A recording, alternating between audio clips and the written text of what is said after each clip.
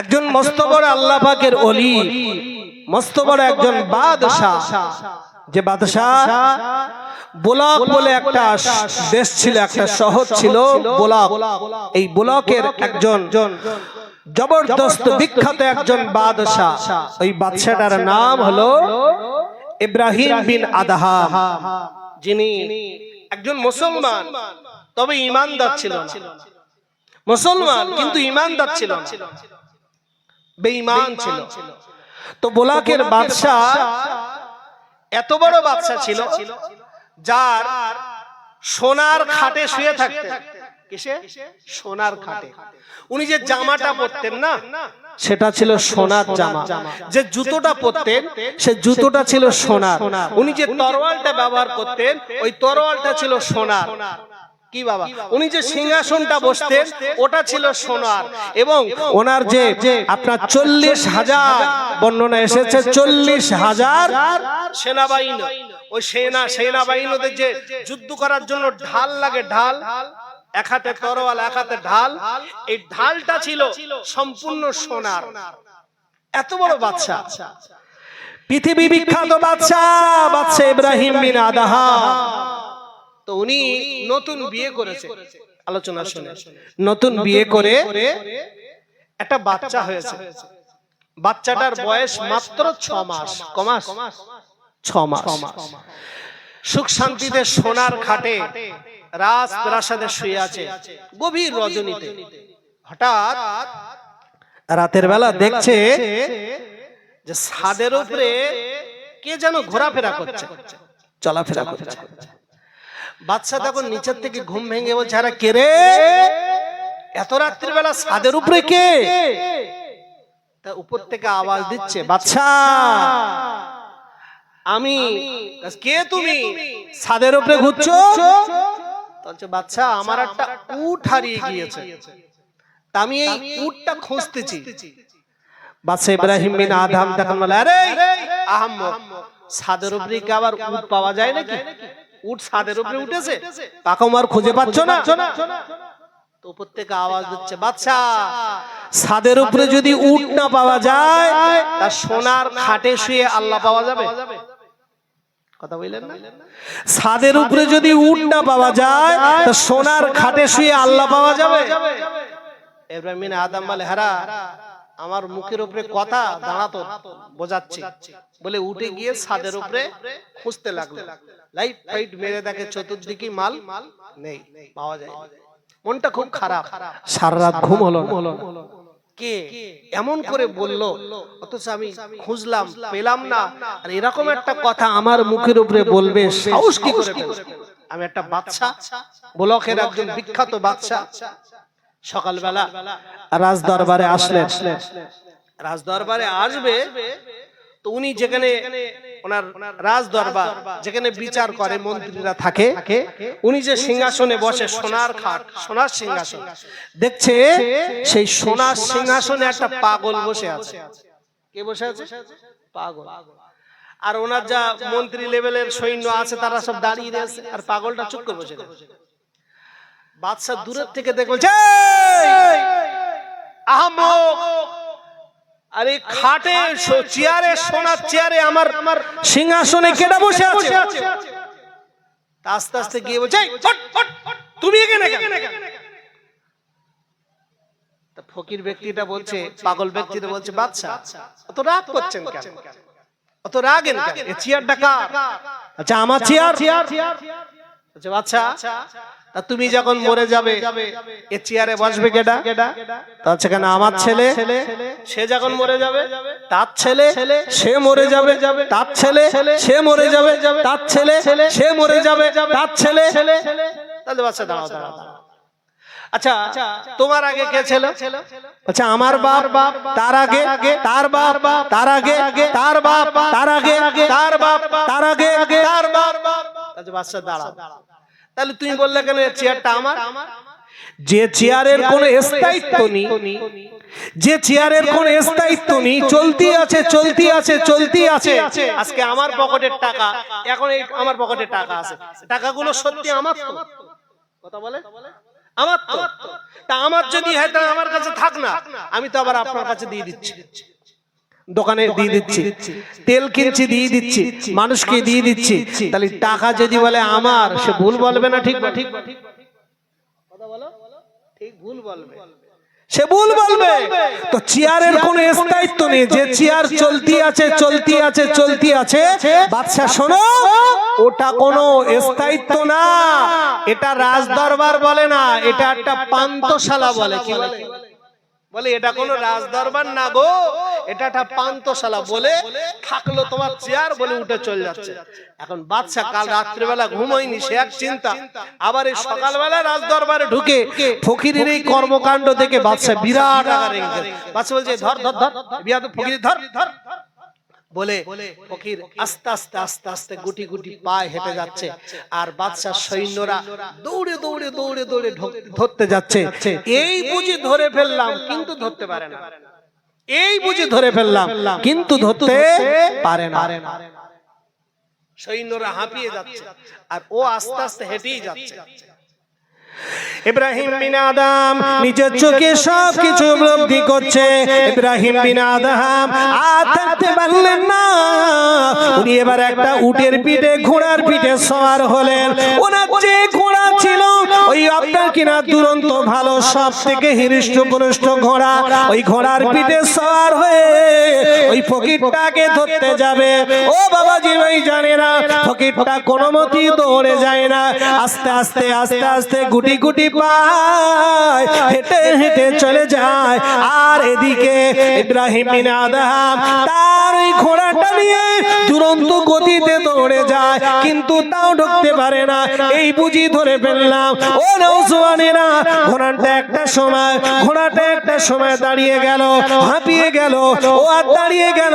ইব্রাহিম বিন আদম ঘোড়ার উপর থেকে লেবে হুজুর আপনার কিনা দৌড়াতে লাগলো, দৌড়াতে দৌড়াতে দৌড়াতে দৌড়াতে দৌড়াতে দৌড়াতে দৌড়ে দৌড়ে দৌড়ে দৌড়ে না না না না, আর চলতে পারে না, আর হাঁটতে পারে না।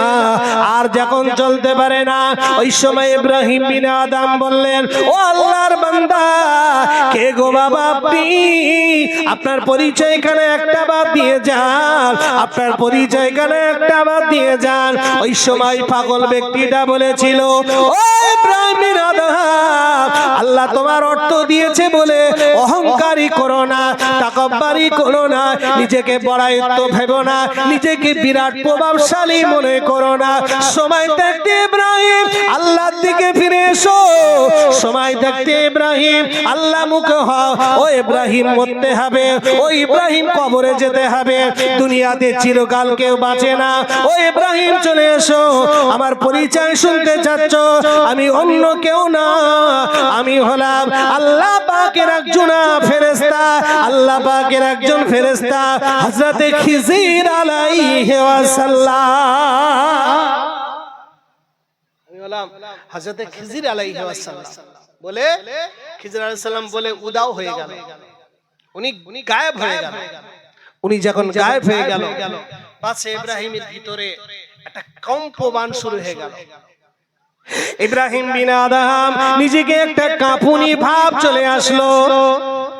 ও নওজওয়ানেরা, আল্লাহর ভয় যাদের প্রতি আসবে দেখবে তার অন্তরটা কম্পমান হবে, তার অন্তরটা কাঁপবে, তার অন্তরটা একটা পাষাণের মতো হবে, কাঁধ পা শিউরে উঠবে।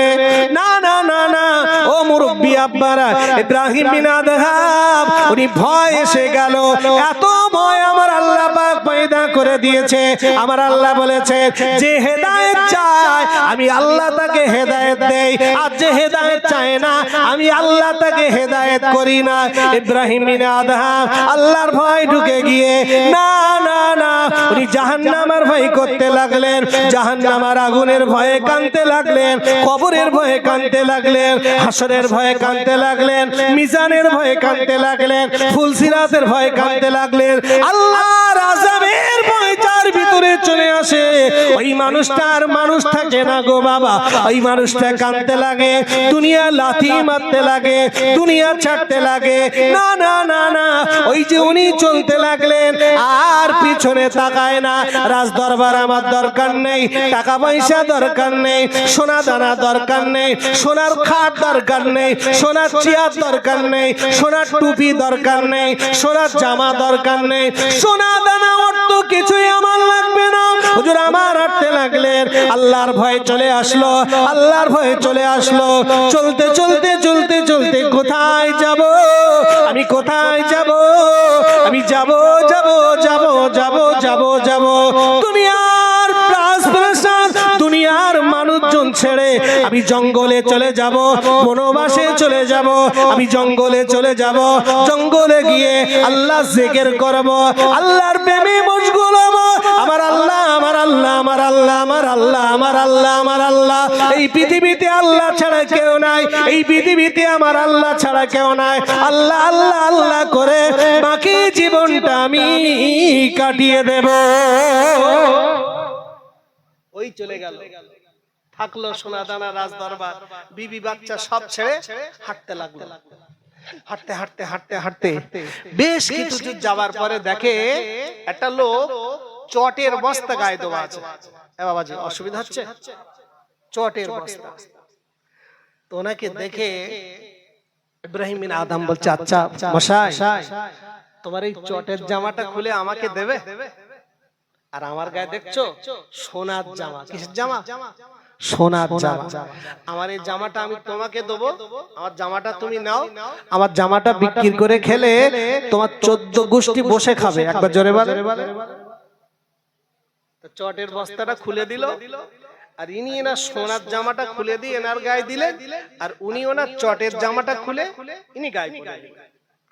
জি, আবার চলতে লাগলেন।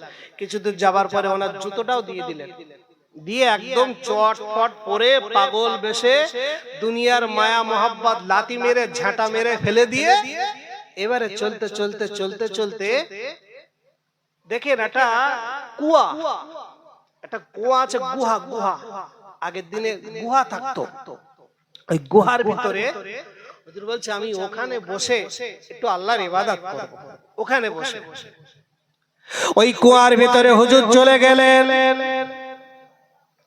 ও বাবাজি, আল্লাহ ওয়ালা যারা হয় আল্লাহ তাদের হয় না, হয় না, একটু বলো আল্লাহ হয় না। এই প্রসঙ্গে একটা অন্য ঘটনা বলি একটু বোঝানোর জন্য। নবী মুসা একদিন আল্লাহকে বলছে, আল্লাহ এই দুনিয়া থেকে আমার থেকে ভালো বান্দা আর কেউ আছে? আমার আল্লাহ বলছে, হে মুসা তুমি দেখতে চাও না শুনতে চাও?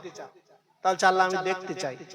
তাহলে হাঁট, এই রাস্তা দিয়ে হাঁট, হাঁট হাঁট হাঁটতে হাঁটতে হাঁটতে হাঁটতে দেখে একদম রাস্তা শেষ। এবার দেখে একটা পাথর পড়ে আছে, সাদা পাথর।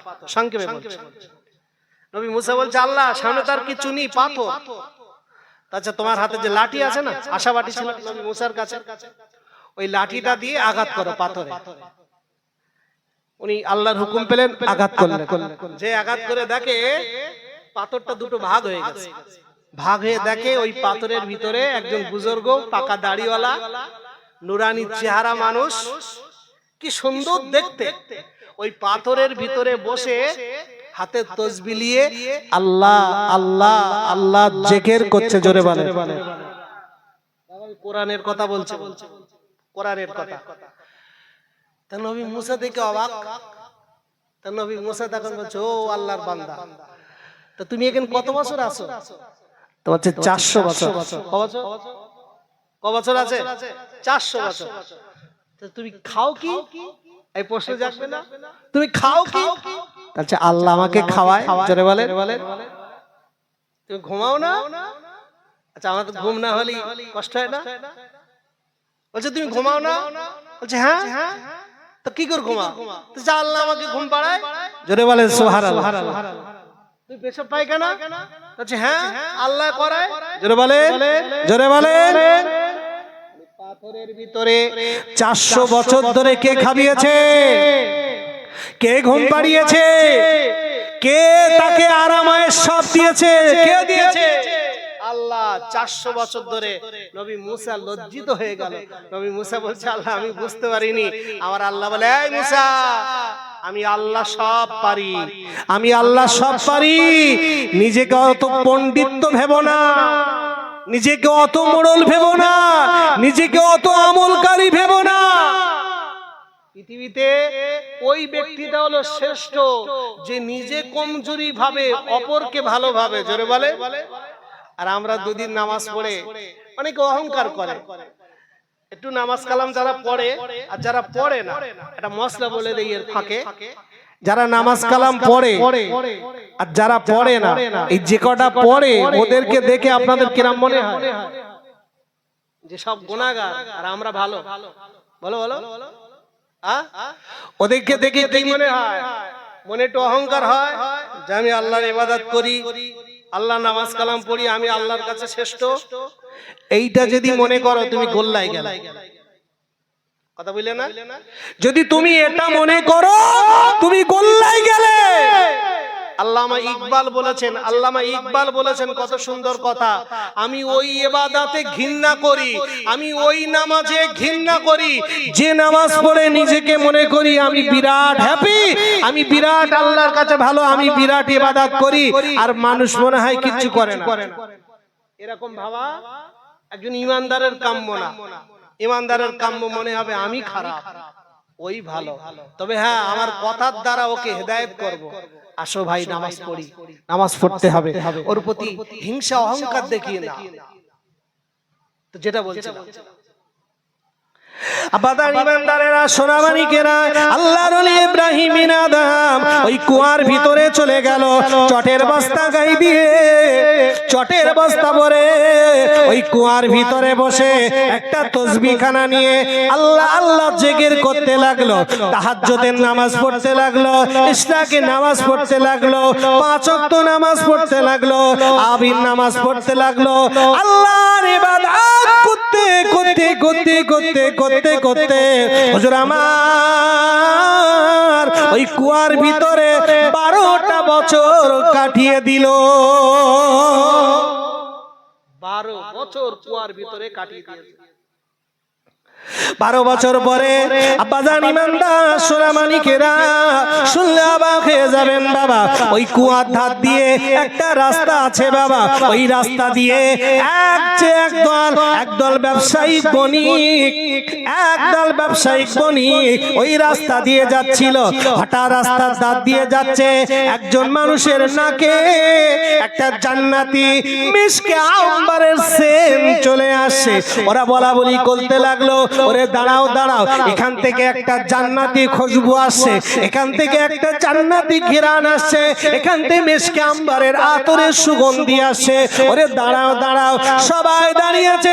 বলে এখানে আমাদের তাবু গাড়ো, এখানে আমরা আজকে একটু হোল করব, এখানে আমরা রান্না বাড়া করব, এখানে আমরা রাত যাপন করব। এই বলে ওরা দাঁড়িয়ে গিয়েছে। ওরা ওখানে আপনার কিনা তাবু গাড়ছে, আর ওদিকে ওই কুয়ার ভিতর থেকে খুশবু আসছে।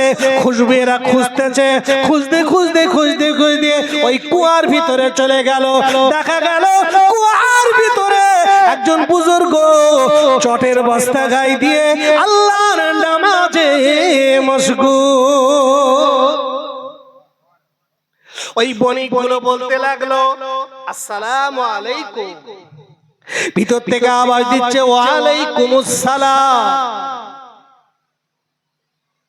বণিক দলেরা বলতে লাগলো হুজুর, হুজুর আপনি একটু কুয়ার উপর থেকে একটু উঠবেন, আমরা ব্যবসায়িক বণিক, পথচারী মুসাফির।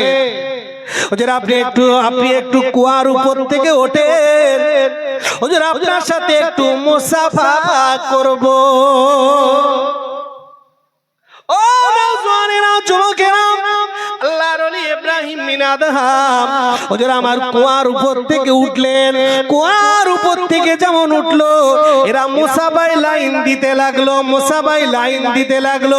মুসাবা করতে করতে হাতে কিছু নজরানা দিচ্ছে। হুজুর বলে বাবা রেখে দাও, তোমাদের নজরানা রাখবো না। একটা মানুষ বলতে লাগলো হুজুর আপনি একজন মস্ত বড় ওলি, হুজুর আপনি একজন মস্ত বড় বুজুর্গ মানুষ, হুজুর আপনি মস্ত বড় আল্লাহর একজন মাহবুব মানুষ, হুজুর আপনি আমাদের জন্য একটু দোয়া করেন।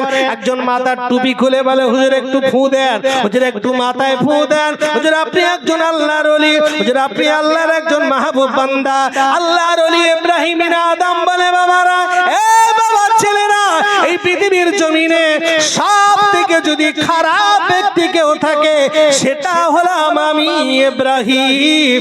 না না আমাকে পীর বলো না, আমাকে বুজুর্গ ব্যক্তি বলো না, আমাকে মাহবুব বান্দা বলো না, আমাকে আশিকে রাসূল বলো না। আমি হলাম খারাপ, আমি হলাম গুনাহগার মানুষ, আমি হলাম পাপী বান্দা। আমাকে তোমরা পীর বলো না, পীর বলো না, পীর বলো না, ওলি বলো না, ওলি বলো না, পীর বলো না। এরা হুজুর যত মানা করে এরা তত পীর পীর পীর পীর বলতে লাগলো। আল্লাহর ওলি ইব্রাহিম বিন আদম বলে আল্লাহ পাক, আল্লাহ এরা আমাকে যেভাবে পীর পীর পীর পীর করে, আল্লাহ আমার ভিতরে তো অহংকার হতে পারে, আল্লাহ আমার ভিতরে তাকব্বুরি হতে পারে, আমার ভিতরে বড়াই হতে পারে, আমার ভিতরে ঘৃণা হতে পারে, হিংসা হতে পারে, অহংকার জন্মাতে পারে। ও রব্বুল আলামিন আল্লাহ, আল্লাহ আমি দুনিয়ার মানুষকে একটু পিছনে থাকতে চাই, দুনিয়ার মানুষ থেকে এড়াতে চাই, দুনিয়ার মানুষের চক্ষু থেকে আমি একটু এড়িয়ে থাকতে চাই। আল্লাহ আমি কোথায় যাব, আল্লাহ আমি কোথায় যাব? হুজুর আমার সিদ্ধান্ত করে নিলে আমি যাব যাব যাব যাব যাব যাব এমন একটা জায়গায় যাব, আমি যাব আল্লাহর কাবা বাইতুল্লাহ শরীফে। এই দুনিয়ায় আমি আর থাকবো না, এই আশেপাশে আমি থাকবো না, আমি যাব কাবা বাইতুল্লাহ শরীফে চলে যাব। নিয়ত করে নিলেন, হাঁটতে লাগলেন, হাঁটতে লাগলেন। যখন নিয়ত হয়ে গেল তো হাঁটতে লাগলেন, তখন তার পাসপোর্ট ভিসা টিসা তো কোনো ব্যাপার নেই। কথা বুঝলেন না? আগের দিনের ভিসা ছিল অন্তরের ভিসা। জোরে বলে ইন্নামা আমালু বিন্নিয়াত, বুখারী শরীফের প্রথম হাদিস, ইন্নামা আমালু বিন্নিয়াত। আল্লাহ যে যেমন নিয়ত করবে আল্লাহ তার নিয়তটা তেমন করে পূরণ করবে। জোরে বলেন সুবহানাল্লাহ। তো হুজুর এবার হাঁটতে লাগলেন। আপাতত ইমানদারেরা শুনলে অবাক হয়ে যাবেন। আল্লাহর ওলি ইব্রাহিম বিন আদম হুজুর আমার এক পা করে হাঁটে আর দু রাকাত করে নামাজ পড়ে। সুবহানাল্লাহ বলে, এক পা করে হাঁটে দু রাকাত নামাজ পড়ে, আবার এক পা করে হাঁটে আবার দু রাকাত নামাজ পড়ে, আবার এক পা করে হাঁটে আবার দু রাকাত করে নামাজ পড়ে, আবার এক পা করে হাঁটে আবার দু রাকাত নামাজ পড়ে। ও বাবাজি এমন করে যদি যায় ও কাবায় পৌঁছবে কবে? এক পা করে যদি হাঁটে আর দু রাকাত করে নামাজ পড়ে কবে পৌঁছবে? ও আর যেতে পারবে? আহা হা। কিন্তু আল্লাহ যদি সহায় থাকে, আল্লাহ যদি সহায় থাকে, নিয়ত তো আল্লাহর কাছে করেছে। ওটা এখনকার মতো হাজি সাহেব না, লোক দেখানো হাসতে পারে না। এখনকার তো হাজি না, এর অধিকাংশ পাজি। এ বাবা রাগ করছেন আপনারা? বলো, এখনকার হাজি অধিকাংশ পাজি। এই শয়তানি গেলি না, আমিও আল্লাহ আপনাদের নেক দোয়া আল্লাহর কাবা থেকে ঘুরে এসেছি, কথাটা ওটা না। এই যারা হজ করতে যায় তিনটে শয়তানকে কাকড় মারতে হয়, ছোট শয়তান, মেজো শয়তান আর বড় শয়তান, কাকড় মারতে হয়। তো এই কাকড় বসে হুজুর তার কিতাবে লিখেছে হাজিদের ব্যাখ্যা, যে কাকড় তো কোটি কোটি মানুষ কাকড় মারে, 39টা কেউ মারে, বিভিন্ন রকম ভাগ আছে।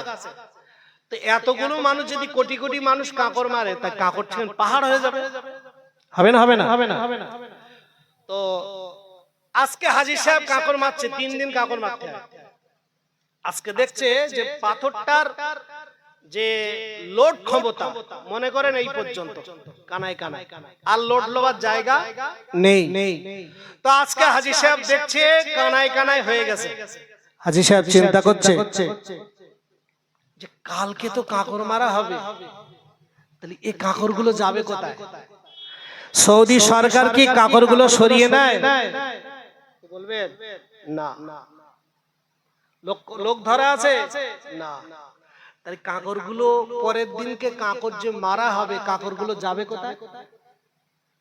কিন্তু পরের দিন হাজী সাহেব গিয়ে দেখলো যে কিছু কাঁকড় ওখান থেকে সরানো হয়েছে আর কিছু কাঁকড় ওখানে পড়ে আছে। এখন আমার ব্যাখ্যা হলো,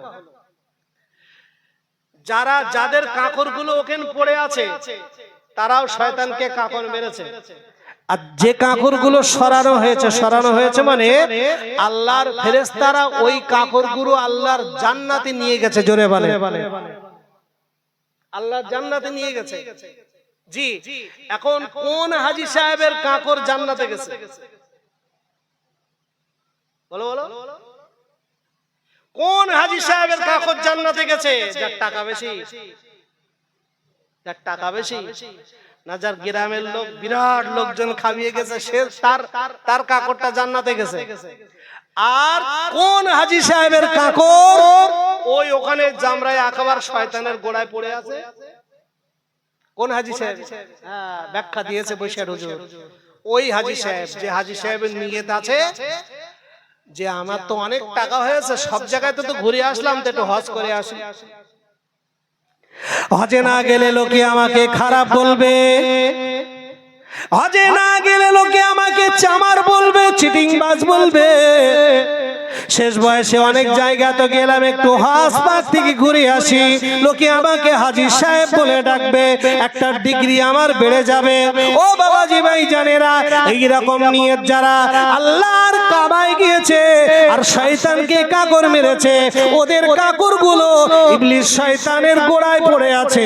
আর যাদের নিয়তের ভিতরে আল্লাহ খুশি করার জন্য, নবী খুশি করার জন্য সত্যিকারের নিয়ত নিয়ে যারা আল্লাহর কাবায় গিয়েছে, যারা বোনকে ফাঁকিয়ে, বোনকে ঠকিয়ে হজে যায়নি, যারা আপনার কিনা হক নষ্ট করে, যারা হারাম মাল খেয়ে চিটিংবাজি করে আপনার কিনা মেরে ধরে লেটিয়ে অধিকাংশ মানুষ হজে যায়, বোনের জমি আপনার কিনা লিখে নিয়ে হজ করতে গিয়েছে, ভাইয়ের জমি ফাঁকি দিয়ে হজ করতে গিয়েছে, অমুক জায়গা অমুক ব্যক্তির অনেক টাকা মেরে দিয়ে সেই টাকাগুলো নিয়ে হজ করতে গিয়েছে। ও নওজোয়ানেরা, যুবকেরা, আল্লাহর ধর্ম তোটা সহজ না বাবা। আল্লাহ পাক সবার হজ তো কবুল করবে না। এরা যারা হজে গিয়েছে এদের কাঁকড় মেরেছে, ইবলিস শয়তানের গোড়ায় ওদের কাঁকড়গুলো পড়ে আছে। আর যারা লোক দেখানোর জন্য না, খাঁটি নিয়ত নিয়ে, সুন্দর নিয়ত নিয়ে মানুষকে খুশি করে আল্লাহর খুশি করার জন্য হজে গিয়েছে, ওরা কাঁকড় মেরেছে, ওই কাঁকড়গুলো আল্লাহর জান্নাতে চলে গেছে।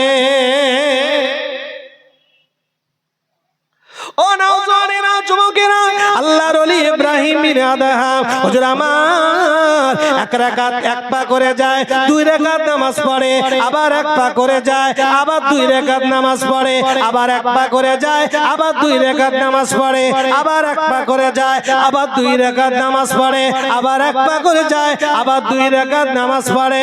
দিন যায় রাত আসে, রাত যায় দিন আসে, দিন যায় রাত আসে, রাত যায় দিন আসে, সপ্তাহ চলে আসে, মাস চলে আসে, বছর চলে আসে, মাঝখানে রোজা চলে আসে, বিভিন্ন আমলগুলো করতে করতে ও নওজোয়ানেরা, ঘুম নাই, খাওয়া দাওয়া নাই, পেশাব পায়খানা নাই, ঘুম নাই, খাওয়া দাওয়া নাই, পেশাব পায়খানা নাই, আল্লাহর ইবাদত করে, এক রাকাত এক পা করে হাঁটে, দুই রাকাত নামাজ পড়ে, চলতে চলতে চলতে চলতে হুজুর আমার, হুজুর আমার টানা আপনার কিনা 20টা বছর পার করে দিল।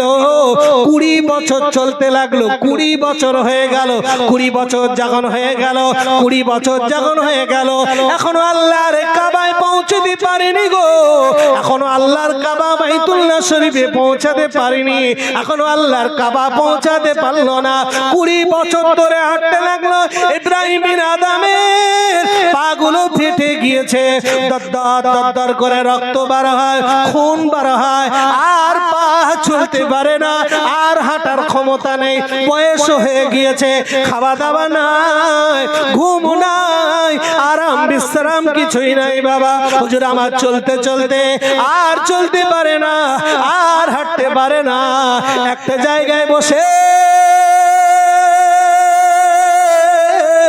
আল্লাহর কাছে কাঁদে, আল্লাহ পাক, আল্লাহ পাক, আল্লাহ আমি তোমার গুনাহগার বান্দা, আল্লাহ আমি কি তোমার কাবা দেখতে পাবো না, আল্লাহ আমি কি তোমার কিবলা দেখতে পাবো না, আল্লাহ তোমার নবীর দেশে কি আমি যেতে পারবো না, আল্লাহ আমি ইব্রাহিম বিন আদম, আল্লাহ তোমার কাবা বাইতুল্লাহ শরীফে কি পৌঁছাতে পারবো না। ও বাবাজি ভাইজানেরা, ওদিকে কাবা শরীফে আল্লাহর তরফ থেকে একটা ঘোষণা হয়ে গেছে। কাবা শরীফে, কাবা এলাকা যারা আছে এখানে একটা ঘোষণা হয়ে গেছে। কি ঘোষণা? যে জগতের সব থেকে বড় ওলি, জগতের সব থেকে বড় ওলি, তার নাম ইব্রাহিম বিন আদম। এ হাজী সাহেবরা আপনারা অপেক্ষা করেন, জগতের সব থেকে বড় ওলি ইব্রাহিম বিন আদম সেই কাবা বাইতুল্লাহ শরীফে আসছে। যে মানুষের চোখে আড়াল করার জন্য সেই মানুষ ওখানে অপেক্ষা করছে, ইব্রাহিম বিন আদম জগতের সব থেকে বড় ওলি আসবে, আপনারা অপেক্ষা করেন। এদিকে ইব্রাহিম বিন আদম 20 বছর চলার পরেও আর হাঁটতে পারে, একটা জায়গায় বসে সিজদা করে আল্লাহর কাছে কাঁদছে, আল্লাহ আমি কি তোমার কাবা দেখতে পাবো না? ভাইরা বাবাজিরা নওজওয়ানেরা, আল্লাহর ওলি ইব্রাহিম বিন আদম হুজুর আমার, হুজুর আমার আল্লাহর কাছে কাঁদে, আল্লাহর কাছে রোনাজারি করে, আল্লাহর কাছে কাঁদে। আমার আল্লাহ পাক ইব্রাহিম বিন আদমের চোখের পানি আমার আল্লাহ সহ্য করতে পারল না। আমার আল্লাহ পাক ওই সময় কাবা বাইতুল্লাহকে বলল, ওরে আমার কাবা, এ কাবা, কাবা, কাবা চলে যা, চলে যা, এ কাবা চলে যা, চলে যা, উড়ে উড়ে চলে যা, আমার ইব্রাহিম বিন আদমকে একটু রিসিভ করে ওয়েলকাম জানিয়ে আমার ইব্রাহিমকে আগিয়ে নিয়া। রাবিয়া বসরি একবার একটা গাদা নিয়ে, গাদা বয়স্ক গাদার উপরে সওয়ার হয়ে হজে যাচ্ছে। এখন রাস্তাতে যেতে যেতে মা রাবিয়া বয়স হয়ে গেছে, বুড়ি মহিলা, আর গাদাটা রাস্তার মাঝখানে মারা গেছে, গাদাটা মারা গেছে। ইস, মা রাবিয়া গাদাটা সগে খুব কাঁদতে লাগলেন, আর ওদিকে কাবা বাইতুল্লাহ শরীফে যাবার আর ক্ষমতা নেই, কি করে যাবে, বয়স্ক মহিলা হাঁটতে পারে না, তো বসে আছে কাঁদছে। আমার আল্লাহ বলেন, এই কাবা যাও, আমার ইব্রাহিম, আমার রাবিয়াকে আগিয়ে নিয়ে আসো। কেন বলছি ঘটনাটা? এবারে কাবা চলে এসে আর রাবিয়ার পীর হযরত হাসান বসরি রহমাতুল্লাহ আলাইহি উনি কাবা শরীফে আছে। তো কাবা শরীফে আছে, কাবা শরীফ তওয়াফ করতে গিয়ে দেখে কাবা নেই, কাবা নেই। তো হাসান বসরি তখন বলছে, আল্লাহ আমি হাসান কাবা দেখতে এসেছি, আল্লাহ আমি কি কাবা পাবো না? আল্লাহ আমার নসিবে কি আল্লাহ আপনি কাবা রাখেননি? আমার আল্লাহ বলেন, রে হাসান, ও হাসান, আমার কাবা, আমার কাবা রাবিয়াকে ওয়েলকাম জানানোর জন্য আমার রাবিয়াকে আনতে গিয়েছে। হাসান তুই একটু অপেক্ষা কর, জোরে বলে। রাবিয়া কিন্তু হাসান বসরির হাতে বায়াত, ওনার পীর হলো হাসান বসরি। কেমন মুরিদ দেখেন, রাবিয়া বসরি হাসান বসরি একদিন হাসান বসরি রাবিয়াকে বলছে, ও রাবিয়া, ও রাবিয়া চলো না আমরা একটু নামাজ খেলা খেলি করি, আল্লাহর আমল করি, তা চলো। তা হাসান বসরি বলছে, রাবিয়া চলো আমরা পানির উপরে নামাজ পড়বো, পানির উপরে নামাজ পড়বো। তা রাবিয়া বসরি কিচ্ছু বলে না, চুপ করে আছে। তখন হাসান বসরি বলছে, রাবিয়া তুমি কি ভয় করেছো? ও রাবিয়া তুমি কি ভয় পাচ্ছো? পানির উপরে নামাজ পড়তে পারবে না? ওই সময় রাবিয়া বসরি বলেছিল, হুজুর ও আমার পীর, আপনি আমার পীর, আপনি আমার মুর্শিদ, হুজুর আপনি আগে এই পানির উপরে নামাজ পড়েন, তারপরে আমি রাবিয়া নামাজ পড়বো। আপনি আমার পীর ও মুর্শিদ, হুজুর আপনি আপনার পানির উপরে দাঁড়িয়ে নামাজ পড়েন। আল্লাহর ওলি হযরত হাসান বসরি পানির উপরে, পানিকে বললেন, ওরে পানি দাঁড়িয়ে যা, ও পানি দাঁড়িয়ে যা, আল্লাহর হুকুমে দাঁড়িয়ে যা। পানি দাঁড়িয়ে গেল। আপনার কিনা হাসান বসরি আপনার জায়নামাজ বিছিয়ে দিল, জায়নামাজ বিছিয়ে দিয়ে পানির উপরে দাঁড়িয়ে 2 রাকাত নামাজ আদায় করলেন। নামাজ আদায় করার পরে রাবিয়াকে বলতে লাগলো, রাবিয়া, আরে রাবিয়া, রাবিয়া, রাবিয়া, এবারে তুমি নামাজ পড়ো, ও রাবিয়া তুমি নামাজ পড়ো। ওই সময় রাবিয়া বসরি বলেছিল, হুজুর ও আমার পীর ও মুর্শিদ, হুজুর আপনি পানির উপরে সাপোর্ট করে নামাজ পড়েছেন, হুজুর আপনি পানির উপরে সাপোর্ট করে নামাজ পড়েছেন। আমি রাবিয়া পানির উপরে সাপোর্ট করব না, আমি পানির উপরে সাপোর্ট করব না। আল্লাহ পাক, আমি রাবিয়া হাওয়ার উপরে শূন্যে দাঁড়িয়ে দাঁড়িয়ে আমি রাবিয়া নামাজ পড়ব। আপনি তো পানির উপরে সাপোর্ট করে নামাজ পড়েছেন, আমি হাওয়ার উপরে শূন্যে দাঁড়িয়ে নামাজ পড়ব। হযরত রাবিয়া বসরি রাহমাতুল্লাহ আলাইহি, আল্লাহ পাক এত বড় ক্ষমতা, এত বড় পাওয়ার দিয়েছিল বাবা। হাওয়ায় দাঁড়িয়ে শূন্যে শূন্যে দাঁড়িয়ে নামাজ পড়ার পরে ওই সময় হাসান বসরি বলেছিল, ও রব্বুল আলামিন, আল্লাহ, আল্লাহ আমার রাবিয়াকে তুমি কবুল করে নাও, আল্লাহ আমার রাবিয়াকে তুমি কবুল করে নাও। আল্লাহ পাক আমার রাবিয়ার দ্বারা, আল্লাহ আমার বিশ্ব নবী হাবিবুল্লাহ কোটি কোটি গুনাহগার উম্মত উম্মতিকে আল্লাহ আপনি মাফ করে দিন। আর একবার জোরে বলেন সুবহানাল্লাহ। ও বাবাজিরা খেয়াল করুন, আলোচনা বুঝেন। আল্লাহর ওলি ইব্রাহিম বিন আদহাম হুজুর আমার এবারে কাবা বাইতুল্লাহ শরীফ, আহা কাবা শরীফ এসে ইব্রাহিম বিন আদহামকে সালাম দেয়, জোরে বলে। কাবা বাইতুল্লাহ ইব্রাহিম বিন আদহামকে সালাম দেয়। হুজুর আমার সালামের জবাব দিয়ে বললেন, ও আল্লাহর ওলি, হুজুর আপনি মাথা তুলুন, আমি কাবা আপনাকে রিসিভ করার জন্য, ওয়েলকাম জানানোর জন্য আমার আল্লাহ আপনাকে নেওয়ার জন্য পাঠিয়েছে। হযরত ইব্রাহিম বিন আদহাম রাহমাতুল্লাহ আলাইহি হুজুর আমার কাবা শরীফে উঠলেন। কাবা বাইতুল্লাহ শরীফ আপনার কিনা শূন্য হাওয়ায় উড়ে উড়ে উড়ে কাবা বাইতুল্লাহ চলে গেল। কাবা বাইতুল্লাহ যাবার পরে ইব্রাহিম বিন আদহাম আল্লাহ শুকরিয়া আদায় করলেন। আল্লাহ শুকরিয়া আদায় করে কাবা বাইতুল্লাহ শরীফে থাকে, কাবা বাইতুল্লাহ শরীফে থাকে, আর কোথাও যাবে না। বাকি জীবনটা কাবা শরীফে কাটিয়ে দেবে, বাকি জীবনটা কাবা শরীফে কাটিয়ে দেবে। ও নওজওয়ানেরা, 1 তারিখে ইব্রাহিম বিন আদহাম কাবা শরীফের একটা ধারে আপনার কিনা কাবার চাতলে বসে আল্লাহ জিকির আজকার করে, কাবা বাইতুল্লাহ শরীফটা জড়িয়ে ধরে দোয়া করে। আর ইব্রাহিম বিন আদহামের পাশে একজন মানুষ, ওই মানুষটাকে ইব্রাহিম বিন আদহামকে চেনে না, জানে না, চেনে না, জানে না ইনিকে।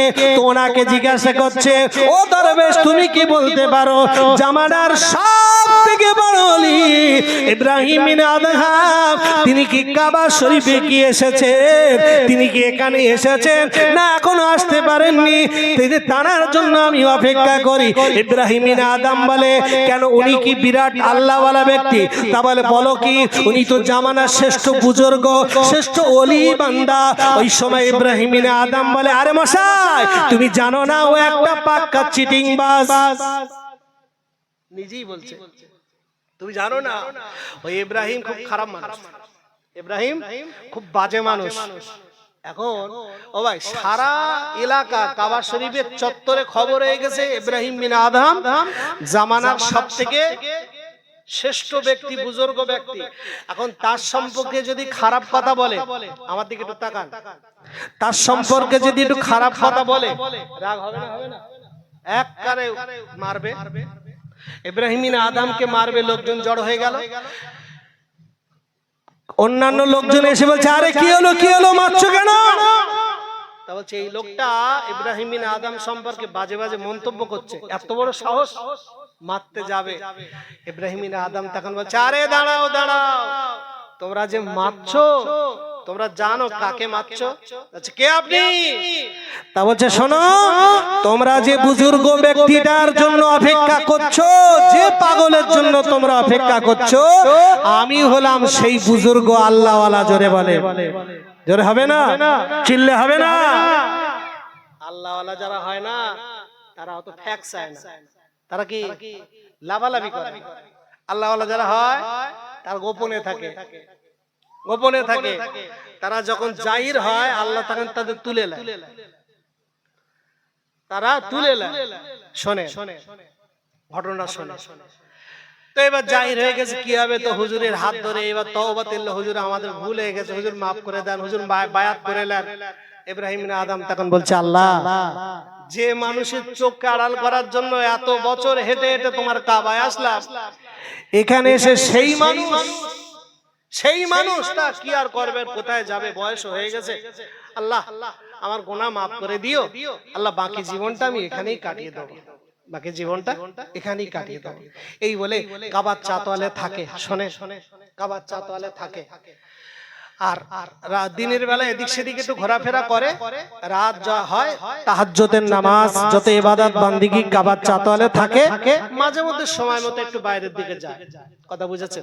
একদিন আগে তো কাবা শরীফের এরিয়া তো পুরো ফাঁকা ছিল, এখন তো সব বিল্ডিং বালাখানা, আগে পুরো ফাঁকা মরুভূমি ছিল।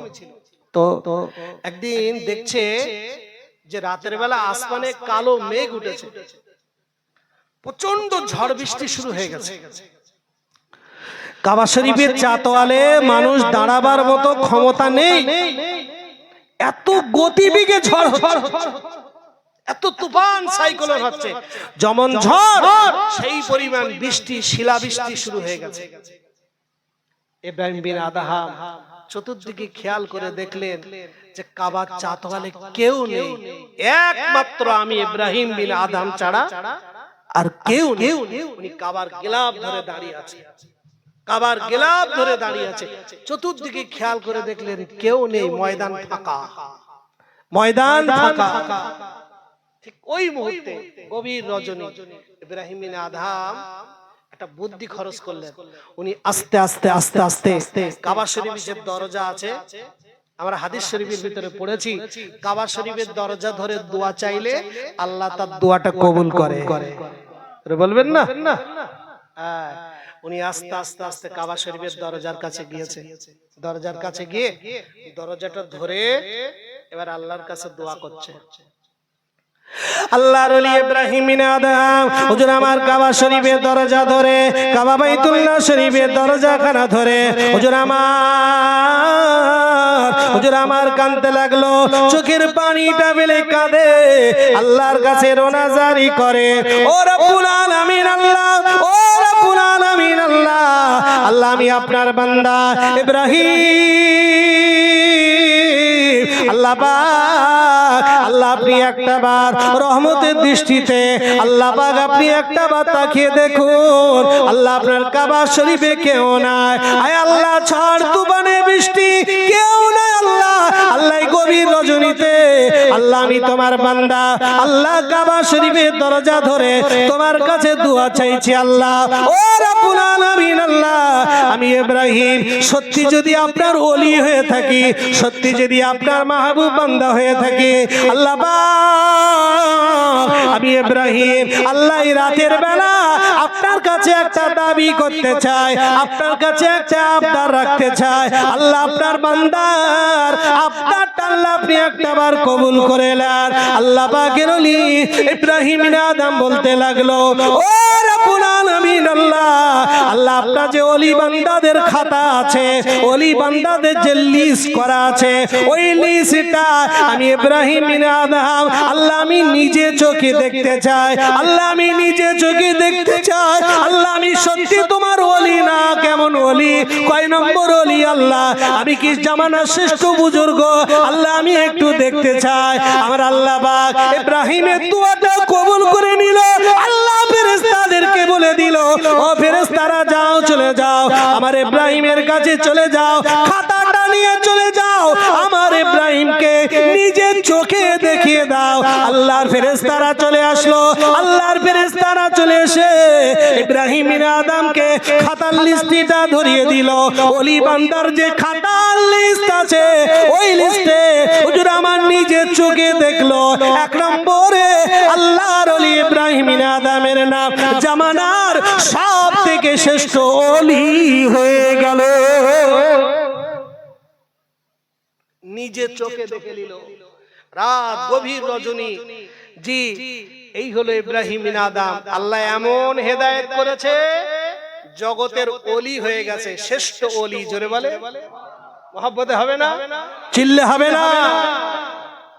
হুজুর আমার দরবারে থাকে, দরবারে থাকে, দরবারে থাকতে থাকতে একদিন আরব সাগরের কিনারায় হুজুরের টুপিটা ছিঁড়ে গেছে। এই বাবাজি শোনে, হুজুরের টুপিটা ছিঁড়ে গেছে, টুপি।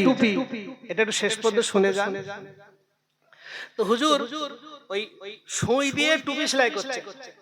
হুজুর সুই দিয়ে টুপিটা সেলাই করছে আরব সাগরের একদম সাগরের কিনারায় বসে। শোনে শোনে শোনে। আর বলক থেকে কিছু মানুষ সেই পিরিয়ডে হজে গিয়েছে ওনার দেশ থেকে। গিয়ে ওনারা চিনতে পেরেছে এই সে ইব্রাহিম, আমাদের বাদশা ছিল। তখন ওই সেই লোকটা বলছে, ও বলকের বাদশা, রাজ দরবার ছেড়ে সোনা দানা ছেড়ে কি পেলে? ঠিক এইভাবে, রাজ দরবার ছেড়ে সোনা দানা ছেড়ে কি পেলে? যেই বলেছে কি পেলে, আর ওর হাতে যে সুই ছিল, ওই সুইটা নদীতে সাগরে ফেলে দিয়েছে। দিয়ে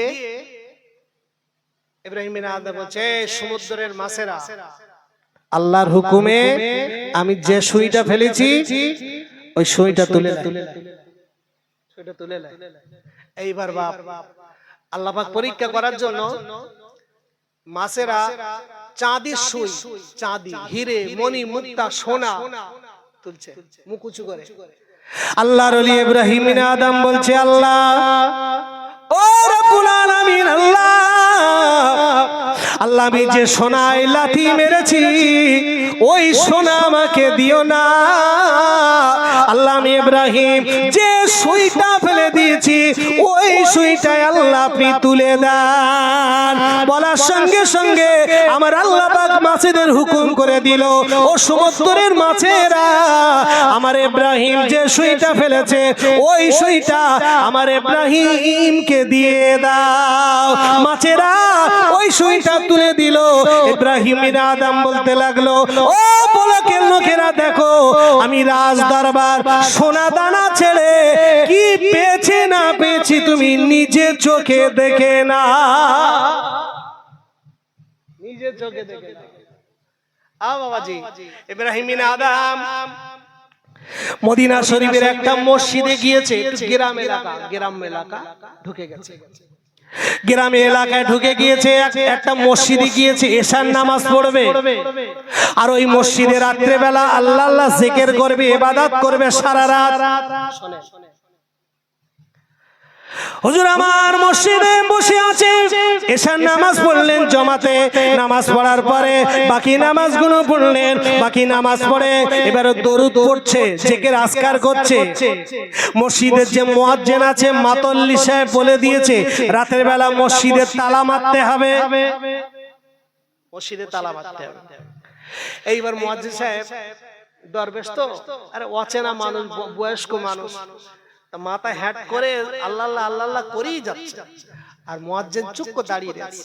অনেক সময় দাঁড়িয়ে থাকার পরে মুয়াজ্জিন বলতে, ও দরবেশ, তাহলে এখনো তোমার জিকির হলো না, চলো আমার খিদে লেগেছে, ভাত খাবো, মসজিদে তালা মারবো, চলো। আল্লাহর ওলি ইব্রাহিম বিন আদম মাথা হ্যাট করে চুপ করে জিকির করেই যাচ্ছে। আবার কিছু সে, ও দরবেশ, চলো বেরিয়ে চলে, আমি মসজিদে তালা মারবো। ইব্রাহিম বিন আদম তখন বলছে, আচ্ছা মুয়াজ্জিন সাহেব, আপনি তালা মেরে দেন না, তালা মারেন।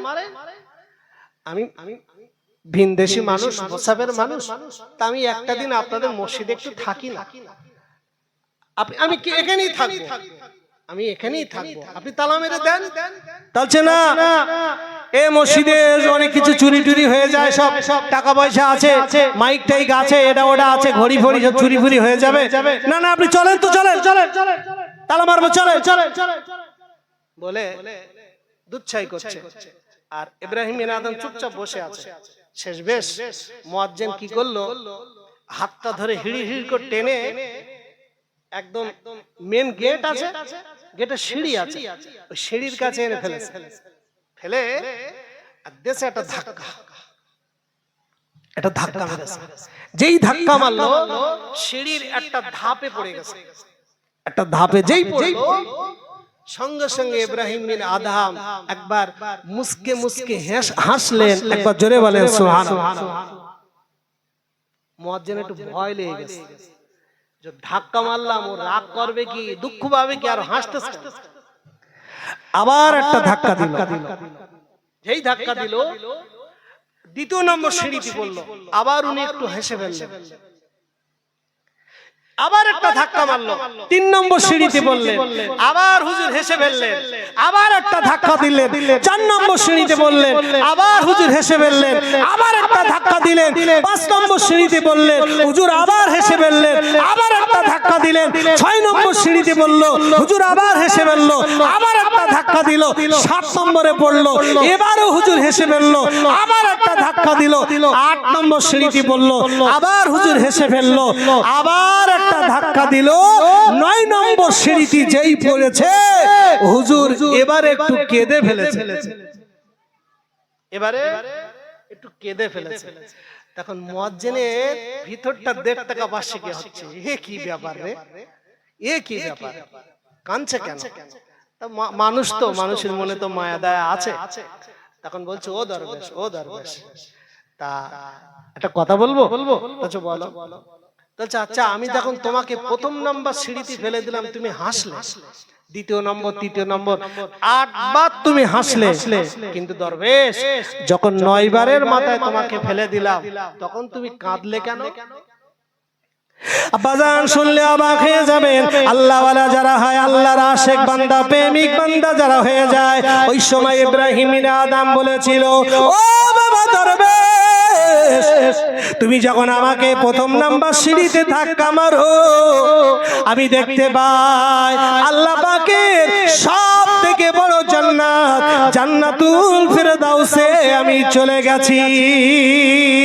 ওই জন্য মুয়াজ্জিন আমি একটু মিসকে মিসকে হাসলাম। তুমি যখন আমার 2 নম্বর সিঁড়িতে ধাক্কা মেরে ফেলে দিয়েছো, তখনও জান্নাতে চলে গেলাম, তখন আমি হাসলাম। 3 নম্বর ধাক্কা মারো, আমি 3 নম্বর জান্নাতে চলে গেলাম, তখন আমি হাসলাম। তুমি 4 নম্বর ধাক্কা মারলে, 4 নম্বর জান্নাতে গেলাম, 5 নম্বর জান্নাতে গেলাম, 6 নম্বর জান্নাতে গেলাম, 7 নম্বর জান্নাতে গেলাম, 8 নম্বর জান্নাতে গেলাম। ও বাবা মুয়াজ্জিন, আল্লাহ জান্নাতুল 8টা, আল্লাহ জান্নাতুল 8টা। মুয়াজ্জিন রে, তুমি 8টা লাথি মেরেছো, 8 নম্বর জান্নাতে চলে গেলাম। কিন্তু মুয়াজ্জিন তুমি যখন 9 নম্বর লাথি মারলে, 9 নম্বর ধাক্কা দিয়ে ফেলে দিলে, না না না না, আমি জান্নাত থেকে বেরিয়ে গিয়েছি, জান্নাত থেকে বেরিয়ে তখন আমি একটু কেঁদে ফেলেছি। ও মুয়াজ্জিন, কেন তুমি আমাকে বার করে দিলে?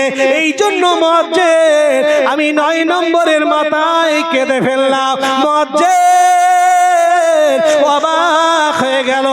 মুয়াজ্জিন হাতে ধরে পায়ে ধরে বলে, হুজুর, হুজুর আমি আপনাকে চিনতে পারিনি, আপনি যে এত বড় দরের মানুষ, হুজুর আপনি আমাকে মাফ করে দেন, হুজুর আপনি আমাকে ক্ষমা করে দেন। আল্লাহর ওলি বলে, বাবা তোমার ব্যবহারে আমি অখুশি না, তোমার ব্যবহারে আমি দুঃখিত না।